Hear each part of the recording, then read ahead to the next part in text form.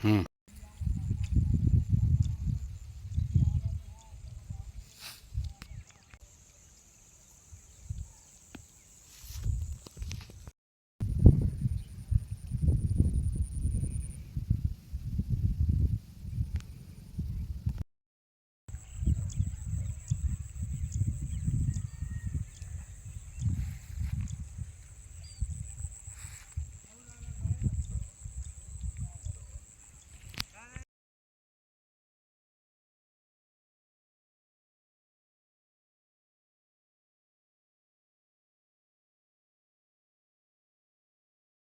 दादा कहाँ के रहने वाले हैं? साहेबा गांव के अतारा तहसील से रहते हैं। देख रहे हैं कि जो है बरसात में बहुत ज़्यादा फसल खराब हुई।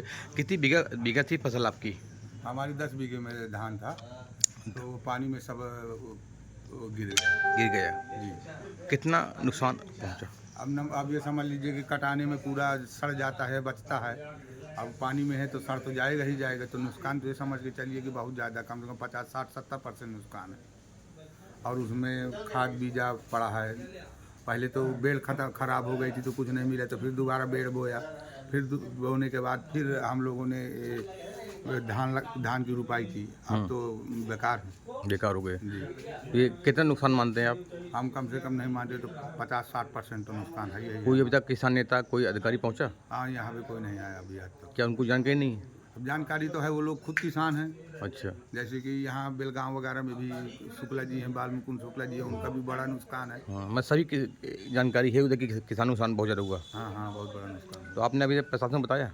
प्रशासन से कई बार कहा तो कोई सुनने को तैयार नहीं। हाँ। एसडीएम साहब तो आते ही नहीं है। तहसील साहब तो उनसे बोला लेखपाल साहब से, लेखपाल साहब नहीं आए देखने की सर्वे वर्वे करें। मतलब सर्वे अभी कुछ नहीं हुआ? जी नहीं।